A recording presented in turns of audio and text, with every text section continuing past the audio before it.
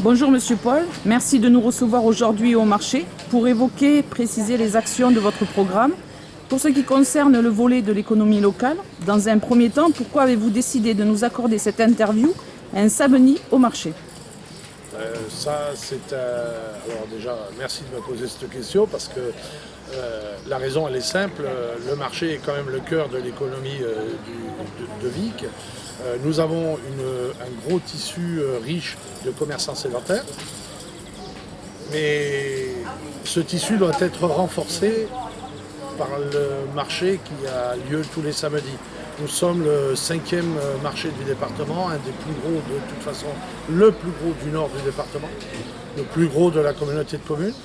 Donc aujourd'hui, quand on discute avec les commerçants sédentaires, on leur demande, notamment j'ai eu l'occasion d'aller demander à un boucher si le fait d'avoir autant de bouchers sous la halle lui enlevait du chiffre d'affaires. La réponse a été nette. On fait le triple du chiffre d'affaires d'un jour normal le samedi, alors que sous la halle, il y a de la concurrence accrue. Donc aujourd'hui, le marché, c'est un des éléments importants du développement économique de notre territoire. Il faut le promouvoir, il faut le dynamiser, il faut lui donner les moyens de reprendre la place, qu'il ne perde pas la place au moins qu'il a aujourd'hui. Si vous êtes élu maire, vous et votre équipe souhaitez engager des actions en concertation avec les commerçants pour redynamiser le marché. Le marché ne vous paraît pas assez dynamique? De plus, comment mener à bien cette mission sans concurrencer les commerçants locaux sédentaires? Alors, la redynamisation du commerce, aujourd'hui chacun a sa place. Comme je disais tout à l'heure, le fait d'avoir des bouchers sous la halle ne préempte absolument pas l'action, le travail et le volume d'affaires des bouchers sédentaires que nous avons sur la place. Le fait qu'il y ait un vendeur ou deux vendeurs de pain sous la halle n'empêche pas les boulangers locaux de faire un très gros chiffre d'affaires le samedi. Donc, le monde appelle le monde. Dans les grandes surfaces, c'est ce qu'ils ont compris depuis bien longtemps. Donc il faut considérer la commune comme un établissement commercial, comme une galerie marchande. Voilà. Et dans la galerie marchande, il y a des commerçants qui sont là toute l'année, qui fonctionnent toute l'année, et il y a ponctuellement des actions commerciales. On pourrait considérer que le marché fait partie de ces actions commerciales qui apportent de façon hebdomadaire un surplus de personnes. Il n'y a qu'à demander aux commerçants non sédentaires l'origine des chèques lorsqu'ils payent par chèque.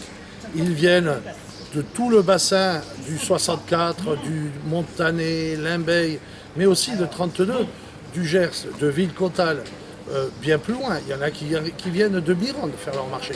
Donc aujourd'hui, le marché est vraiment un vecteur important du dynamisme local. Quant à la concurrence, le monde appelant le monde, il y a de la place pour tous, chacun ayant ses spécificités, les habitudes étant là. Quand on pérennise un marché, qu'on pérennise les commerçants sédentaires, qu'on pérennise les commerçants non sédentaires, à la fin, on prend des habitudes d'achat qu'il est difficile de perdre.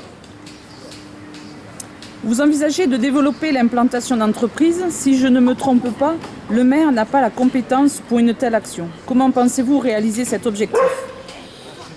Là, c'est très simple. En fait, l'action, déjà, elle ne peut, comme vous le dites, ce n'est pas une compétence municipale, c'est une compétence de la communauté de communes.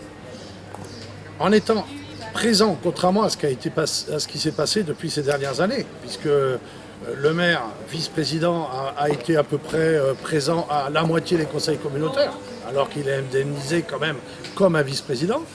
Ce n'est pas comme ça qu'on gère et qu'on met de l'attractivité et qu'on peut mener des actions et que l'on peut peser sur l'action de la communauté de communes. La communauté de communes est un ensemble de collectivités, un ensemble d'élus qu'il convient de stimuler par des actions concrètes. Le maire de Vic, maire de la plus grosse commune, c'est à lui d'initier les actions en partenariat avec la communauté de communes, mais il n'empêche que sans avoir les compétences, il peut lui-même se déplacer au niveau des chambres consulaires, faire de l'attractivité en termes de terrain, enfin, toutes les actions en termes de fiscalité, en termes de services que peut apporter une collectivité. Nous pouvons être un complément actif de la communauté de communes. Et c'est pas nous pourrons, c'est nous serons un complément actif de la communauté de communes. Vous parlez de projets structurants pour promouvoir la production locale, bio et en circuit court, avec l'appui des agriculteurs locaux. Pourriez-vous nous dévoiler quelques pistes de travail concrètes et en quoi cela sera structurant? Alors, on va commencer par la fin. En quoi ça peut être structurant que d'organiser une filière? Ça permet de garantir aux producteurs locaux un débouché pour les ventes de leurs produits. Quant aux pistes, je l'ai déjà évoqué dans une vidéo précédente, à savoir une des actions, j'ai rencontré avant-hier le président de la communauté de communes avec qui partage entièrement mon avis. En effet, lorsque nous avons plus de 1000 élèves qui déjeunent quotidiennement dans nos cantines locales, imaginez le potentiel alimentaire que peut créer cette opportunité. Demain, en réfléchissant sur une cuisine centrale avec des produits, sinon bio, au moins de circuits courts locaux, parce que le circuit court signifie simplement qu'il n'y a pas d'intermédiaire, de circuits courts locaux, nous pourrons ainsi garantir à nos producteurs de pouvoir vendre leurs produits à un prix qui ne sera pas matraqué par des centrales d'achat exigeantes, qui sera le juste prix pour que nos enfants puissent manger de façon de qualité, puissent manger de façon qualitative, à un coût raisonnable. Mais il n'y a pas que ça. Nous sommes déjà rapprochés, nous avons monté une commission de travail déjà dès le mois de janvier. Nous avons rencontré des agriculteurs bio pour voir avec eux quelles étaient les actions que l'on pourrait mener. Comment pourrait-on appuyer, comment pourrait-on les accompagner au même titre qu'on accompagne les commerçants sédentaires et non sédentaires. Ça, ce sont des missions d'une collectivité comme la nôtre. Donc nous avions rencontré cette délégation de commerçants, agriculteurs biologiques, et avec eux, nous avons évoqué plusieurs pistes. Par exemple, lorsqu'on parle des tablés. Les tablés, au lieu de faire des courses à métro ou je ne sais où, peu importe. Moi, je n'ai pas d'état d'âme sur le... Mais par contre, ça aurait quand même un autre look que de dire au tablé, voilà la liste des producteurs que nous avons, voilà la liste des produits que nous avons à notre disposition. Et enfin, on pourrait,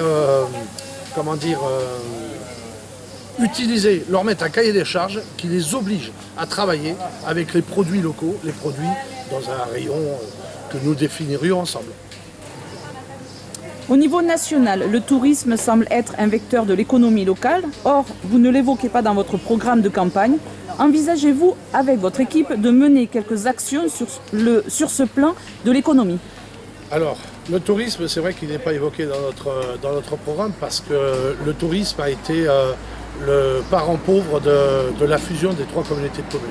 Nous avions un office de tourisme dynamique avec des élus composés, dont le comité de direction était composé d'élus, de personnalités qualifiées, de bénévoles, d'actions patrimoniales, d'animations telles les médiévales, etc. Et donc notre office de tourisme était dynamique, nous avions mis en place pas mal d'actions, sauf que lors de la fusion, il a été décidé par le bureau de la communauté de communes, où siègent quand même 2 membres de Vic, il a été décidé que l'office de tourisme de Vic serait simplement rayé des cadres pour aller être transféré à Marciac, à l'échelle du pays. Aujourd'hui, il n'y a plus une seule action menée en destination de notre territoire. Cela fait partie des actions qu'il faudra mettre en place, mais ce sera difficile. L'office de tourisme est en partie. Comment parler de tourisme quand Marciac, qui est quand même le gros pôle touristique de notre pays en termes de délimitation, il prend à lui seul la majorité, pour ne pas dire la totalité, des subventions régionales, et donc les redistribue sur son action autour du jazz. Et nous devenons donc le parent pauvre. Aujourd'hui, il convient de remettre sur la table la répartition territoriale de l'action, comme toutes les actions, de l'action touristique.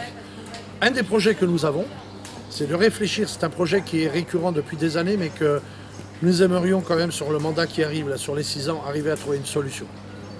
Déjà, regardez l'opportunité de créer un vrai camping attractif sur les bords de l'Échesse ou ailleurs, mais c'est vrai que les points d'eau attirent quand même.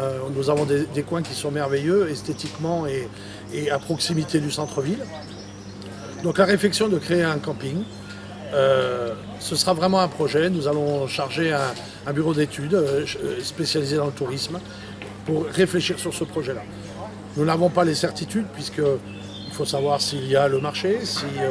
Je pense que le marché l'évolution du marché suite à la Covid-19, l'évolution du marché va quand même va être important. Aujourd'hui, on se rend compte que de plus en plus, les gens vont vouloir des endroits plus tranquilles, moins denses en population. Se coller sur les plages à moins de 50 cm sera quelque chose de compliqué dorénavant. Donc le tourisme vert est une des actions qui va se développer et devrait se pérenniser à la longue.